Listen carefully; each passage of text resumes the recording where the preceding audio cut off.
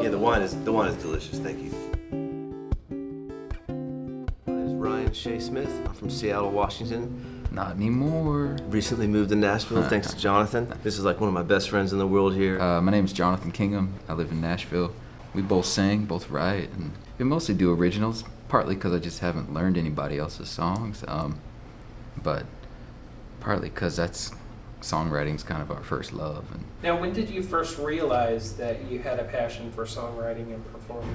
When I was growing up, and my piano teacher in 5th grade, I had written a song, and her name was Jane Glover. She's a sweetheart, and she sent my song into this Texas songwriting competition. I ended up winning this Texas state songwriting contest, and that was like, it took me a long time to get back into songwriting from there, but I guess that was my first taste of it. And my grandma was a songwriter too, and I grew up listening to her play all her slow jams at the parties growing up, and actually I ended up cutting some of her songs on my record, and so she's a big influence too. she's a great writer. Real classic. Real classic. Thanks. For me, I think my older brother Nate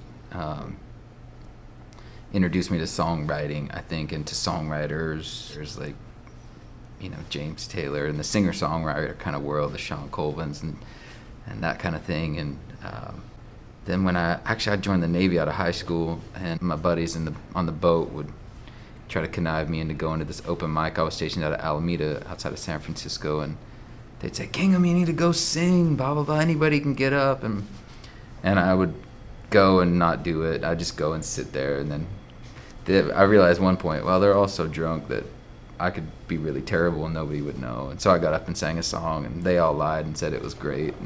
And so then I just started writing more songs, and a friend of mine said, "Hey, you should send in a song for the song contest." And I thought, okay, well, you just send in a cassette, and Cassette tape. luck of the draw, I ended up winning, and so got to open for a bunch of people, and then it was then I thought, well, this is kind of cool. I won this really nice custom-built acoustic guitar worth like $5 or $6 grand, and I was like, well, I can get used to this. This is pretty cool. Have either of you guys studied in a music program at a university level, or are you both self-taught? More, less. I studied a little bit on the university level. My parents put me in private lessons here and there when we could afford it and when it worked out. But I went to college and studied with a guy named Mark Seals, who was a great jazz pianist in Seattle, Washington, and I was only there for a short time. I wouldn't say I'm a Juilliard major or I didn't go to Berkeley or any of that stuff. So I've been lucky enough to hang around people who, know what they're doing when it comes to jazz. So, Man, we used to play a lot of colleges, and I remember we played at Stockton University in California. Wow. And this is 4 or 5 years ago, and I remember we went in to play, and there was this crew of this like 5 or 6, they were probably 18 or 19-year-old kids. I remember they were supposed to be the opening act, and they came in, they were like, "Oh, no, we're not opening, like, this is our school, blah, blah." And we were kind of like, whatever, we don't care. I mean, we'll play before you guys. And so Thank God we did. We went up and played our little set and played our little cheesy love songs and whatever. And then these 5, 18-year-old kids got up there and just burnt the house down. And it was just like, it was amazing. We got schooled so bad. It was awesome. And to this day, we talk about that these kids have been studying in school, studying jazz their whole life, and unbelievable players. And we're just like, I'm like a one-legged dog trying to kick a ball down the street here. So I didn't study music in school, really. I took piano lessons like 2nd, 3rd grade. That was about it. I hated piano lessons, and a guy in my church taught me chords, and I was like, well, that's way cooler. I don't have to read the notes, and taught me how to play by ear and just play by chords. And I thought, well, that's fun. And I got my first guitar for graduation from high school. My parents paid for half of my first guitar, and I had already signed up for the Navy, and I figured I couldn't take like a piano on the boat. And so I got a guitar, and I would just sit in the hull and just woodshed like crazy because there's nothing else to do. Yeah, that was my schooling. I watch a lot of YouTube videos now, though. I'm learning how to play the pedal steel, and that's like, YouTube is The cheapest teacher out there right now. unbelievable. Now, you guys just finished a run of dates, both opening for and performing with Toad the Wet Sprocket. Was it rewarding to be able to do double duty, performing your own material as well as with such seasoned musicians? Yeah, definitely. I've been touring with them for a couple years now.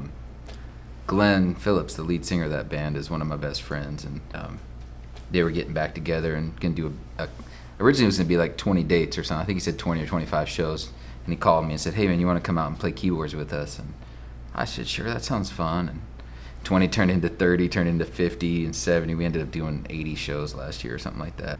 But it's been great. I ended up opening about half the shows with them, and it's fun. It makes it kind of like a family affair where I go up and do a set. Sometimes they come up and Glenn will come up and sing with me, or Dean and Randy will get up and play with me on a song or two. And it's fun to go out and do my own set where nobody knows any of my songs, and then go back and play with them the next set where everybody knows every single word to every song, and it's like getting to play the hits. Now, you're currently touring in support of your fourth record, Smooth Out the Lines.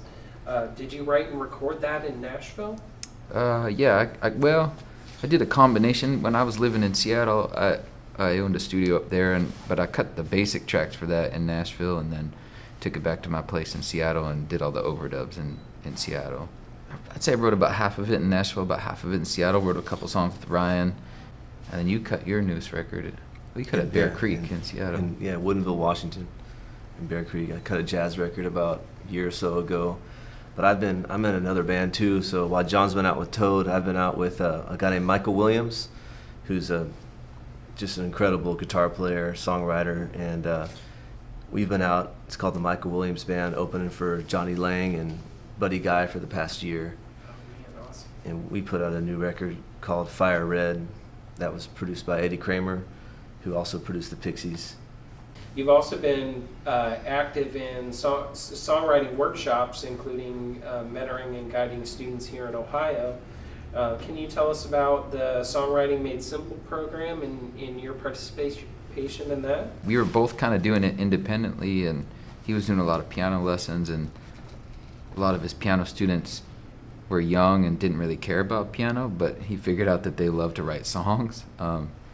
And so he was kind of doing that, and I was doing songwriting workshops with a lot of high school kids, and we kind of decided, man, we should Model it up. Yeah, we should focus this, and we work with them on song structure. They write the chord progression, they write the melody, and then we do free association lyrical exercise. They write all the words, and they figure out what it wants to be about, and we help them, shepherd them through that. In the middle of our set, we bring them up on stage, and they sing their song that they wrote, and kind of bring the whole thing full circle. So it's a blast.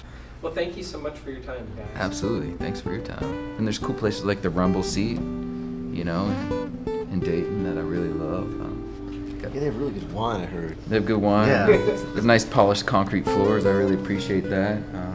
Thank you guys. Please tell your friends about this. This is an awesome place, and yes, thank you for opening it up and having us tonight.